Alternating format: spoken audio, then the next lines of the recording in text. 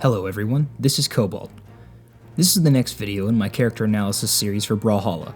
Stick around till the end to hear about entering the giveaway to win community colors, emotes, weapon skins, sidekicks, avatars, or even the battle pass, and voting for the next legends. And if you want to skip all this and get straight into the information, there's a timestamp in the description, and don't forget to subscribe so you can keep up with the release of your favorite legend.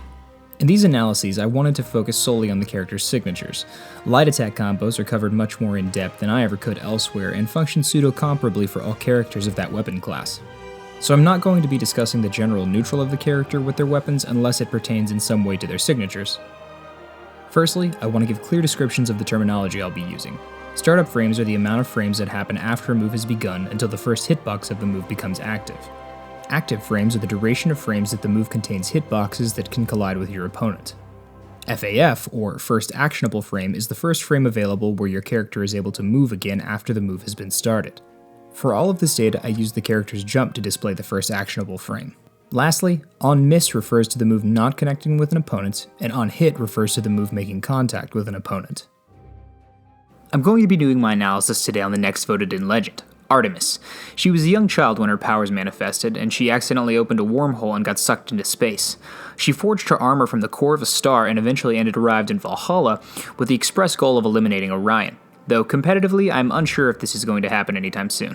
Artemis's weapons are Rocket Lance and Scythe, both of which aren't too bad in the meta right now, but her presence in the competitive scene recently has been somewhat limited. She has an interesting stat distribution with 5 attack, 5 dex, 4 defense, and an insanely high 8 speed. This lends credence to a character that has the potential to get knocked out rather early, and is pretty quick. She has an okay stat spread, not the best, but not terrible. So, do her SIGs have a large impact on her overall gameplay? Well, let's find out. Let's start with a Rocket Lance. Rocket Lance side SIG has 14 frames of startup, active frames from 15 to 30 with an FAF of 54. It functions the same on miss as it does on hit. Artemis flips her Rocket Lance around and bursts forward, shooting a ball of, dark matter? Universe energy? At her opponent. It has really low startup, active frames that are pretty reasonable, and an average FAF. I think that the advantages this move has are its low startup and pretty large travel distance. It covers space directly in front of Artemis and goes pretty far with an active hitbox the entire duration of her travel, and with the disjoint on it can catch opponents pretty well. Rocket Lance and SIG has 17 frames of startup, active frames from 18 to 38 with an FAF of 55.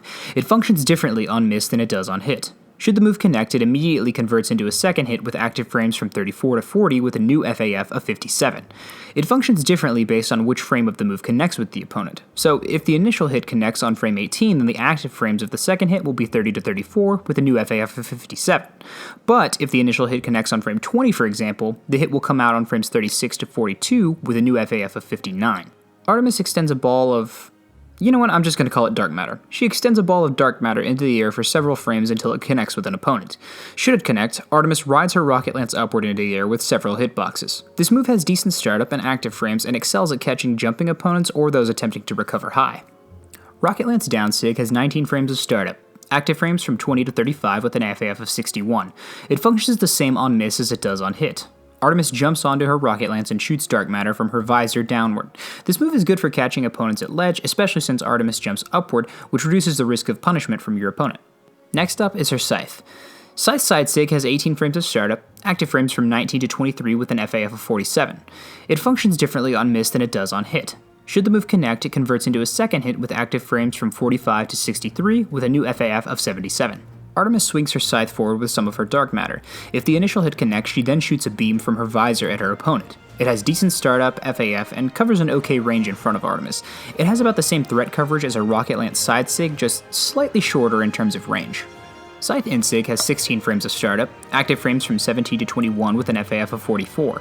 It functions the same on miss as it does on hit. Artemis jumps upward and slings her Scythe upward. In the charging phase, Artemis lingers for a bit, hovering in the air. This move has pretty low startup and FAF, and is really good for catching opponents jumping or trying to recover high. It's a pretty good SIG honestly, despite its low active frames, and has some good utility. Scythe down SIG has 18 frames of startup, active frames from 19 to 41 with an FAF of 56. It functions differently on miss than it does on hit. Should the move connect, it yields new active frames from 19 to 24 and 35 to 39 with a new FAF of 60. Again, this move's frame data is based off of which frame of the initial hit connects. After the first hitbox connects, 5 frames of an explosion hitbox are generated, and the remaining hitboxes come out 11 frames later. Artemis jumps upward, shooting a ball of dark matter downward. If the initial hit connects, Artemis slings her Scythe forward with a hefty slice. The Sig is okay in terms of startup and end lag, but has a decent amount of active frames, so it has some decent coverage thanks to the lingering hitbox. So, overall, her SIGs are pretty low in terms of their frame data. Each of her SIGs has fewer than 20 frames of startup, which is pretty good. They have average FAF with the exception of her Scythe end SIG, which has pretty low FAF. They have reasonable threat coverage in front of, above, and below Artemis, meaning that their utility isn't bad. They definitely have use on her kit, and some of her Scythe neutral lights can convert into side SIG or neutral SIG with the right read. I've gotten caught with those several times. I like her aesthetic as well. The Universe Traveler hunting down her prey is a really cool origin story. Her SIGs have solid coverage in terms of range and lack a tad in terms of knockout potential, but you can't have everything, I suppose. Her SIGs offer some decent thread coverage without being incredibly amazing, though I do think that they have some decent utility on her kit, and like most SIGs, they function as excellent punish options. Artemis was actually the first legend I played in Brawlhalla. I didn't stick with her, obviously, but I think the character design is still really cool. Today's code to put down in the comments is Space Cowboy, along with your Twitter handle, and if you get that reference, I appreciate it. Tune in tomorrow for coverage on the next highest voted legend for this week. Check the description for the poll to vote for next week's 5 legends. I'll be continuing this once a day Monday through Friday over the next 10 weeks until all 50 legends are covered. So, thanks for joining me on this ride. Subscribe so you don't miss the release of your favorite legend, and hope to see you back for the next one.